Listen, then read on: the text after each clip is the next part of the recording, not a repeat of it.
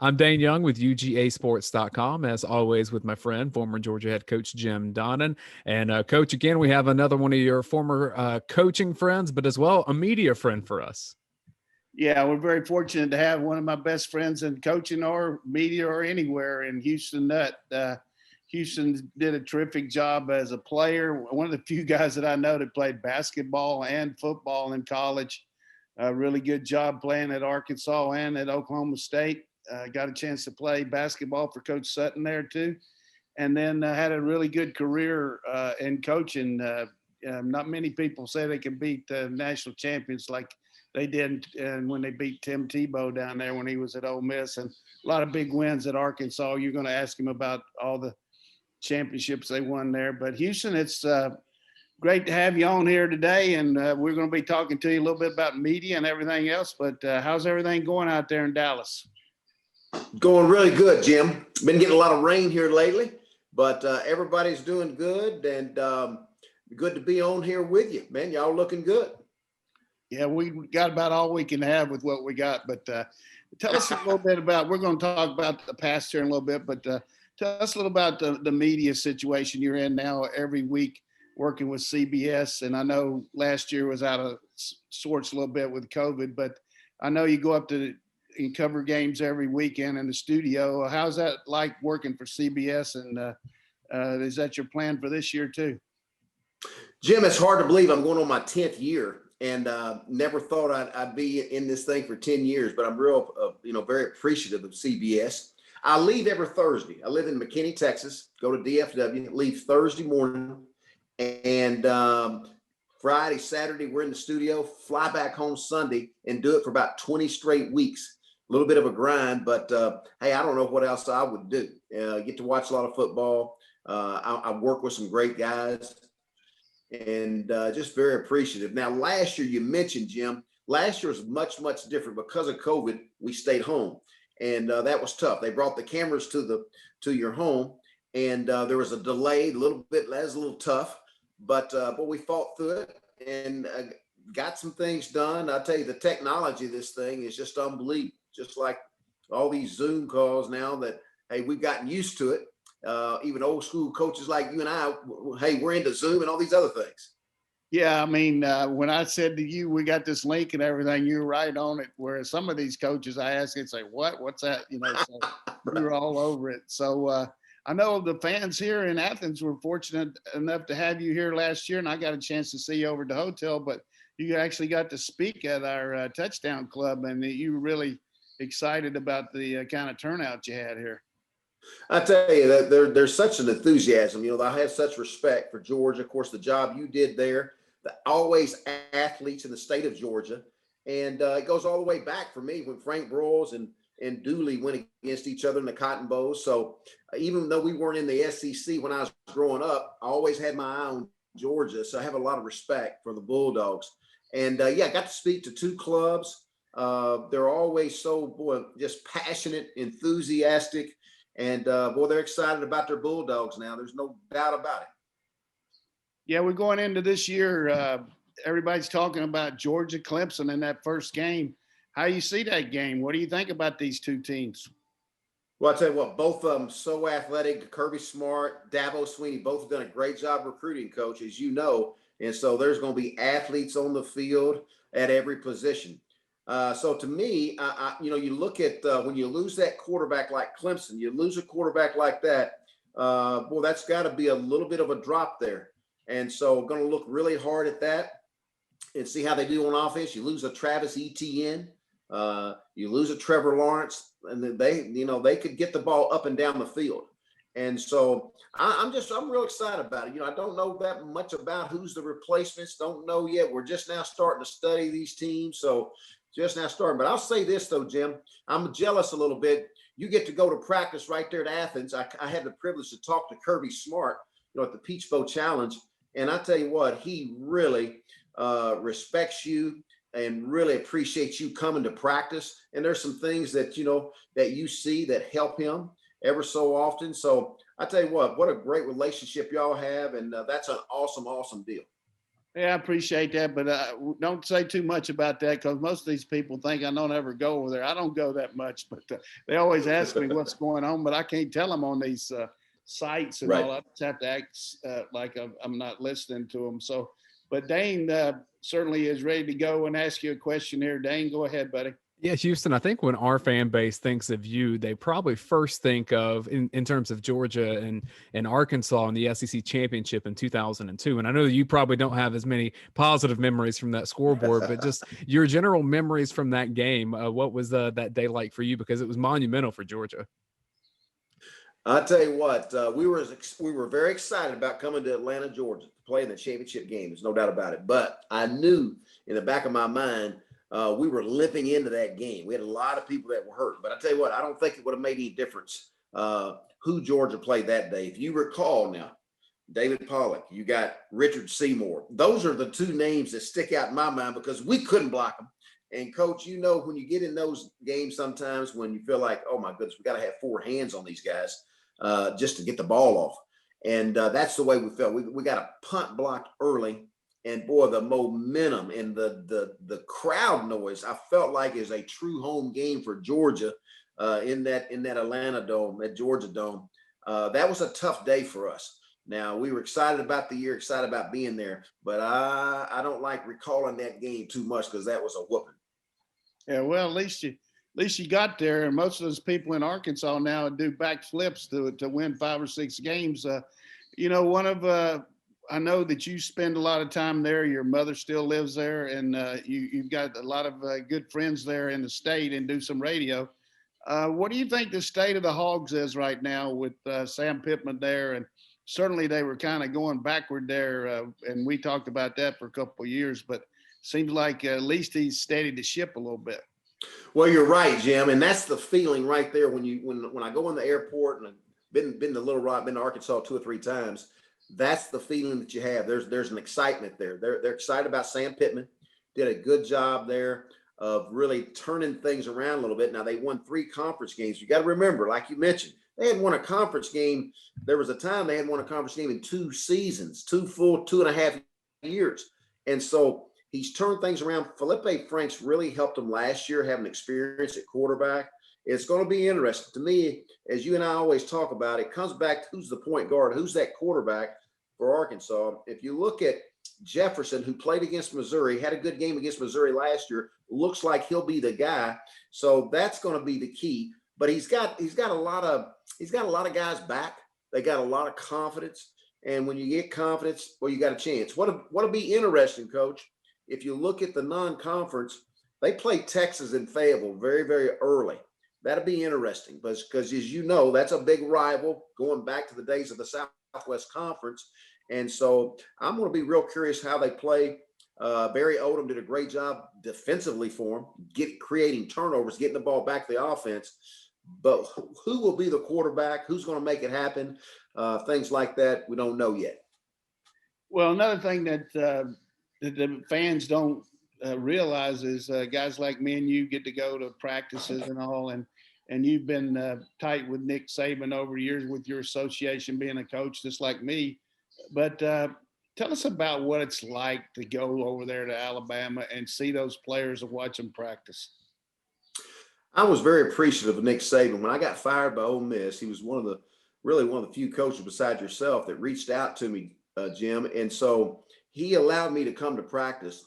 And right off the bat, the one thing you notice, if you look at his support staff from nutrition to academics, training room, weight room, it's buttoned up. It's buttoned up. And the one thing that's impressive, there's nobody standing around during practice.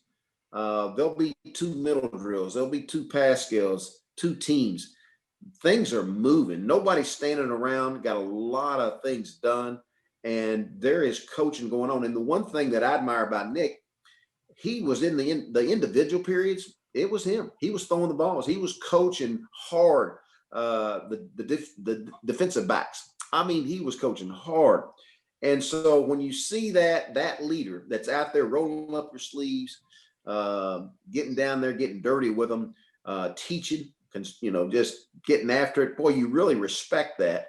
And I've never seen a coach after he wins, coach, he can put his foot right back on the pedal within 24, 48 hours. He doesn't celebrate very long. And to me, that's the key. A lot of coaches will take a deep breath. Hey, I did it. I won a championship. I won a national championship. Every year, he seems like he gets the best players. He's number one or number two, mostly number one in the recruiting. And you look at his players, you look at the draftees this past year, unbelievable. So he's done a great job, and he's got it going. And to me, he has the ability to say this very important word, next. If somebody goes down, he can say next. Somebody gets hurt, next. And so just like Mac Jones, we didn't know who Mac Jones was. It was all about Tua Tagovailoa, coach. And you and I talked about this. He comes in and he knows what to do with the ball, well coached, and all of a sudden you look up and Mac Jones is a top draft choice. So I love the way they develop players, and the bottom line is they win. You got that right. You mentioned Houston, your tenure at Ole Miss. What's your take on what Lane Kiffin is doing with the Rebels up there in Oxford now? Well, the Rebels everybody's going to be excited about their offense. So, when you look at Ole Miss, he's creative. He can make some things happen. And he had a good quarterback in Corral. He had some weapons. And he lost a very good wide receiver. But the bottom line for Ole Miss is they've got to play defense. You've got to stop somebody. And that's been the downfall. And so he's got to do, it's a total, complete juggling act. When you go recruiting, you just can't zero in on one position or two positions or stay on the offensive side. It's defensive line, it's linebackers, it's corners. And to me, that's been a problem in the last few years is defensively. And so I'm anxious to see how Lane corrects that. Offensively, you feel like, well, when he puts his game plan together, he's always been creative. He has a way to get the ball in the hands of playmakers, and Ole Miss seems to have that. And I'm anxious to see what happens now. Again, with a few guys leaving the program, who steps in. Yeah, that's certainly a good take on that. I think Matt Luke, their offense was very similar the year before. I mean, everybody's going crazy about Kiffin, but we'll see how they do. But another interesting take that you have that a lot of our fans aren't really familiar with Bryan Harsin. You actually were his college coach when you were at Boise State for a year. What do you think about him coming into? You and I have talked about it off the air, but coming into Auburn as kind of an outsider. Tell us a little bit about Bryan Harsin. Yeah. Well, Bryan Harsin is a competitor. He was a backup quarterback for me at Boise State. Very smart. If you go back and look at his career, excellent job of mixing things up offensively. Was a good play caller, really good on offense. Studied the game, and a good solid person. The thing that you and I have talked about, Jim, this is a big step. Boise State, heck of a program, did a great job. But now when you step into Auburn, and one of the biggest things, the biggest hurdles is what they just got through asking me about, out University of Alabama. And that's the big brother. That's the big giant there in your same state. And that's very hard. He'll see right off the bat how hard it is recruiting in that state when Alabama is constantly on everybody's tip of the tongue, and it's not easy. So that will be a learning curve when you look at recruiting, when you look at the SEC, the West, the competitive, it's a whole different game. But the thing about Bryan Harsin, hey, he will study, he will work from daylight to exhaustion. And I think it's important that he's got some coaches on his staff, coach, that had some SEC experience. And of course, one very, very well. I think that will help him because he needed that, because when you go in here blind without the SEC experience, it makes for a long season, a long day. Yeah, that's a good point. Mike Bobo and everybody's all jacked up about Derek Mason, but he's a good guy, man. Never won any games. We'll just have to see how he does it. I mean, he did some good things at Stanford, but one of the things that our fans are always wanting to know, you're up there at CBS, you're out there in Texas. What's the national perception right now of where Georgia is under Kirby Smart? Every conversation that I hear, it's here. Hey, Georgia's right there. They're right there. When Georgia had a 10-point lead on Alabama, I hear that conversation a lot. Hey, they're right there. Kirby Smart is recruiting. He's a Georgia man. He understands the culture. He understands the university. He understands all that needs to understand about the SEC. He's worked under Nick. And so you have a lot of positive about recruiting, about the young men that he's signing, the way he's developing, the way he's coaching. And so, of course, the next step, Jim, as you know, is, hey, they want that championship. When's that coming? And that's the thing about this game. It'd be a great, great game if all we had to do is just kind of show up and go to practice and get these guys going. But they keep score. They keep score every Saturday in the toughest league in America, and it's not easy. But the conversation, to answer your question, there's a lot of positive, a lot of excitement, what's going to happen next, and especially with your quarterback. Your quarterback that didn't start early, was hurt or whatever the reason was, and now he's there. Is he going to be the guy that pushes them over the top, get back in that championship game, win that game? And then when you win the SEC game, as you know, Jim, hey, you're going to the big one. You're going to the Final Four. You're going to the championship, the national championship game. Yeah, two games I want to talk to you about in your career, which was obviously at Arkansas. They do backflips to have your record there now. But the game against Tennessee in '98 and the game where you beat Tebow and the national championship Florida team. Just tell us a little bit about what went into both those games, because you were so close to setting that, putting Tennessee on the mat that day. Coach, in 1998, Danny Ford had done a good job recruiting players, but they hadn't won, and they didn't believe. Had a great group: Brandon Burlsworth, Clint Sterner, Anthony Lucas, Chakuma, Ryan Hale, Zach Painter, Kanoa Kennedy. All these kids would do anything. I mean, they were fighters, the winners. We got off to a heck of a start. We beat Alabama with Sean Alexander, one of our first conference games. That was the game that gave us confidence. We beat them like 42-6.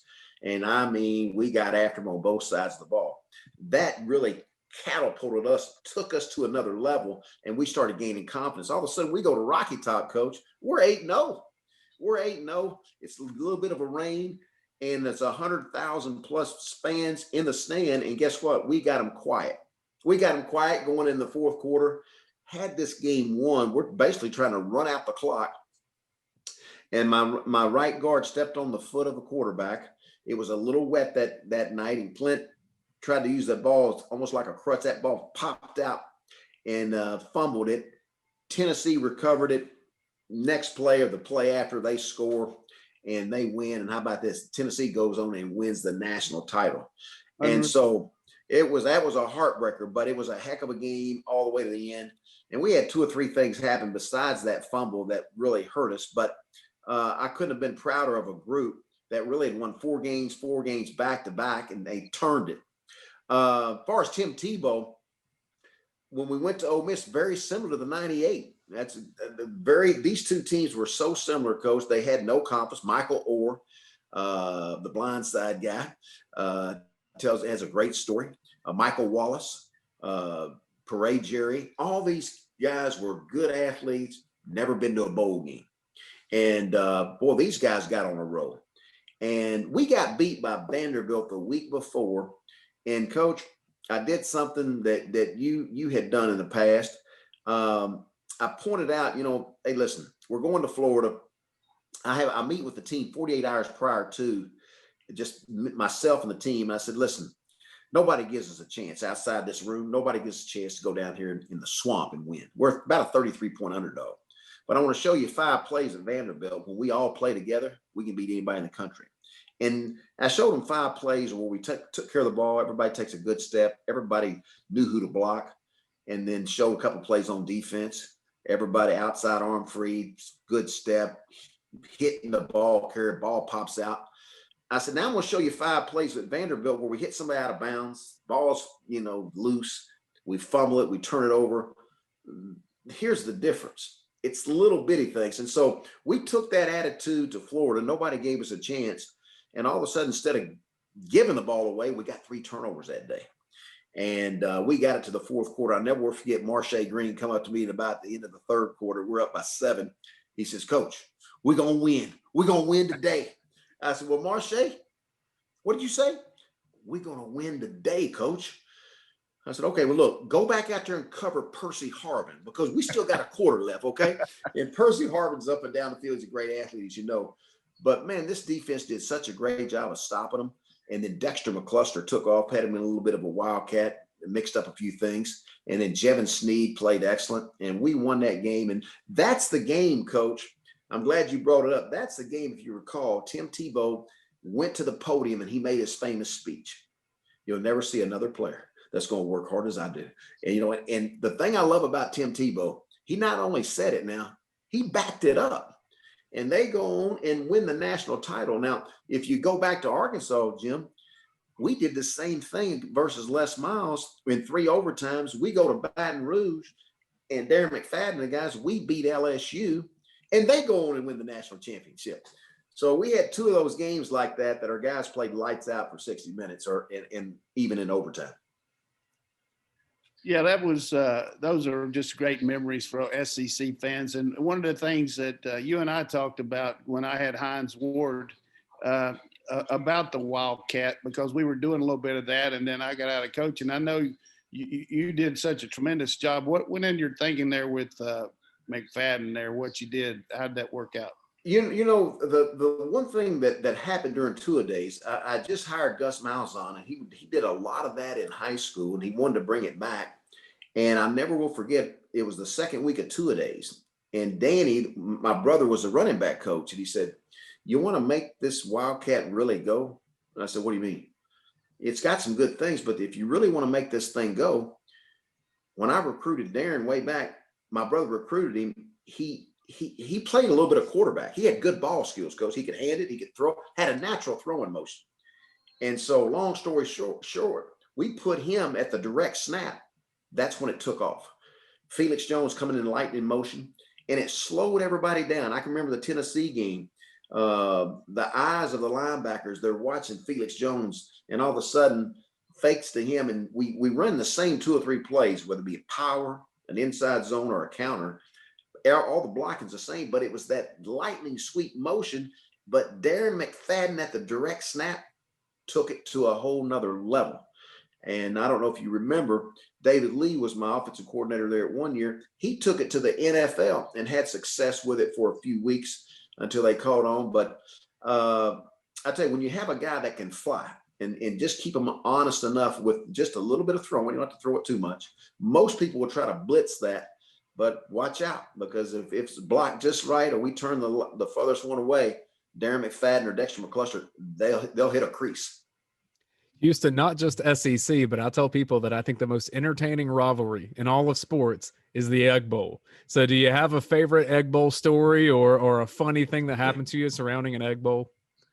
Well, I tell you what, that was the first time, Dayne, that I was really – I really found out what a rival was about. If you remember now, Arkansas, we had to manufacture a rival. We were in the SEC and we really, coming from the Southwest Conference, David Basil, one of the sportscasters down in Little Rock, made up the boot. He helped the rival with LSU, Arkansas. Now they're trying to go Missouri, Arkansas. So there's not a natural rival. And so all of a sudden I get to Ole Miss. And I never will forget that first year, we went 52-6. And at Arkansas, our team had beaten Mississippi State 9 out of 10 times. Jackie Sherrill was a coach there, had great teams, but we won 9 out of 10 times. I didn't think anything of it. The very next year, I go and get my horse feed at Pontotoc, Mississippi, 15 minutes from my house. We're going to the Cotton Bowl. We're going to go play Mike Leach. I thought we'd be happy. I go in that store to get my horse feed. I said, "Hey, how y'all doing?" And I noticed immediately change of attitude from the previous year. All the guys that were packing my horse feed in my truck, very end of the conversation, "Coach Nutt, make sure next year you beat Mississippi State." I said, "Whoa, no wonder. I couldn't figure out why y'all had such a bad attitude and were kind of mad at me, but now I get it. I thought y'all were going to be happy. We're going to the Cotton Bowl. We won 9 or 10 games, but no, it was that one rival. It's that one game, and we got beat that year, and man, did they let me have it. And so I learned a valuable lesson. And during the week, they'd come in, guys from Mississippi State, some of the college kids would come in ringing cowbells. And, I thought there's a rule about no noisemakers. Hey, let me tell you something. There's going to be noisemakers in that stadium, and they'll come to your stadium to let you know you're going to hear the cowbells. So big rival, big rival. Yeah, that's a good – I tell you, that's a tough place to play. Finishing up today here, Houston, a couple of things here with that are really saying in college football. What's your take on the transfer portal, and where do you think we're going with that? Yeah. Well, Coach, I tell you what, this is a whole different level. When I listen to coaches talk about transfer portal, to me, it's free agency now. And that's a whole new way of recruiting. I looked, somebody told me the other day, there's 3,000 plus kids now in the transfer portal. And so I don't know where our game's going. I hate this point. You and I both have helped kids transfer. If things don't work out, hey, I get it. But I hate when you can leave after the first scrimmage. I hate when you can leave after the first game. Hey, things didn't go right. I got knocked down. You got me on the bench, coach. I'm going to put my name in the transfer portal. What? So there's no commitment. There's no, hey, stick to it. That's the part I don't like. Now, again, I understand some people going to, after a year or two and things don't go right. I understand. I'm all for it. I want you to play. Go play. But this transferring too quick, between that and this likeness thing, well, I just think you're opening up a can of worms. Just think about the days when you had Hines Ward and say I had Darren McFadden, and they're making deals at car dealerships. They're going to sign on the open date, and they're going to get paid money. And you can just see the Felix Jones and the Peyton Hillises and Matt Jones. You're going to have players come in your office and, Coach, what about my deal? Where's my deal? Maybe I need to get a better agent. And you start thinking about all those other things, because when I look at what they get, Coach, I was excited when I played for Frank Broyles. I got a $6.25 laundry check. I was excited. I had say I got $2 for gas, $2 for a hamburger, maybe a movie. And then I look at it today, they get cost of attendance, close to $5,000 or more. If you're eligible for Pell Grant, you still get that. There's an SEC Opportunity Fund. You get all the food, all the tutors you need. I mean, there's so many things. What a great time to be a student athlete right now. I would love to go back and get what a lot of these guys are getting right now, because I think they're in good shape. But we're in a different world. I'm kind of concerned about where we're going, Coach. I guess I'm a little bit old school. Me and you both. I'm going to ask you one question, and Dayne's going to finish it up. But tell us what it's like coaching Barry Sanders, Heisman Trophy, and what it was like playing against us at Boomer Sooner, man. Wow. Well, I tell you, well, first of all, I didn't coach Barry Sanders. Bill Shimmick did. I coached Hartley Dykes, but I got to watch Barry Sanders and how about this? Thurman Thomas every single day. Tremendous work ethic. Unbelievable. Every time you hand them the ball, they ran for 50 yards. I mean, I love watching these guys practice. They love competing. They were phenomenal. The one game, Coach, it was your school, you and Barry Switzer. That was the one game we couldn't ever get over the hump. We thought the year we had Barry Sanders and Thurman Thomas, hey, that's going to be our year. And it was tight, but we couldn't get it done. But to answer your question, I have such respect. You're talking about a rival again, Dayne, Oklahoma State. Man, OU has such tradition, but Oklahoma State's done some great things. I love Oklahoma State, but that's a tough rival now. You've got a unique perspective where you were SEC coach for more than 10 years. Now you've been an SEC broadcaster for 10 years. Where do you see the game in the SEC kind of evolving from here, and what it's going to do? We've seen the passing game explode. What do you think's next? And you look back, last 20 years, 10 years, when you look at the game, it's changed so much. And to me, it starts with when you talk to coaches, look at Nick Saban. Who'd ever think Nick Saban would change? When you look at his offense, it's always been downhill run. Hey, offense, don't mess it up. Take care of the ball, run right at you, maybe play action. But when you look at it now, they're scoring 50 points a game. And so the days of scoring 24 points and let's play good defense, those days are gone. And so when you look at linemen that can go downfield a little bit and you can put the ball in the belly of a back and ride it, and the linebackers got to think, hey, it's got to be a run. And all of a sudden he throws it right behind him. it's different. And when you can spread the field from sideline to sideline with great athletes, I don't see many people tackling. I don't see a lot of people being physical. The Georgia will be physical. Alabama will be physical. But there's a lot of teams that sometimes it seems like they don't tackle until the game, and it shows up. And so to answer your question, Dayne, I just see it going forward with fast break and fast football. We're going to put point board, and the defense is constantly trying to catch up, and you're trying to sign some athletes on defense that can move and run and tackle in space. Well, Houston, we appreciate the time today. It's just been really good to see you in person here and also listen to some of these stories. I know our fans are going to be fired up to hear what you had to say about the conference, about Georgia and in general. And just glad to be your friend, man. You've been very loyal to me, and I appreciate you, what you stand for, not only as a coach, but as a man. We got a lot of respect for you. Well, I appreciate that, Jim. Appreciate having me. Got a lot of respect for you. And I got to have a good conversation with Kirby Smart, and he knows how loyal you are to the program. And boy, I tell you what, that is an awesome deal. Sitting on this side of the fence watching, that's an awesome deal to have that kind of relationship. All right. Well, appreciate it. And you going to cut us off there, Dayne? All right, that's it from UGAsports.com. We'll keep bringing you great guests on this feed on YouTube and our podcast. Make sure you're subscribing, and we'd appreciate any reviews that you have. For head coach Jim Donnan, we thank Houston Nutt. I am Dayne Young. Until next time.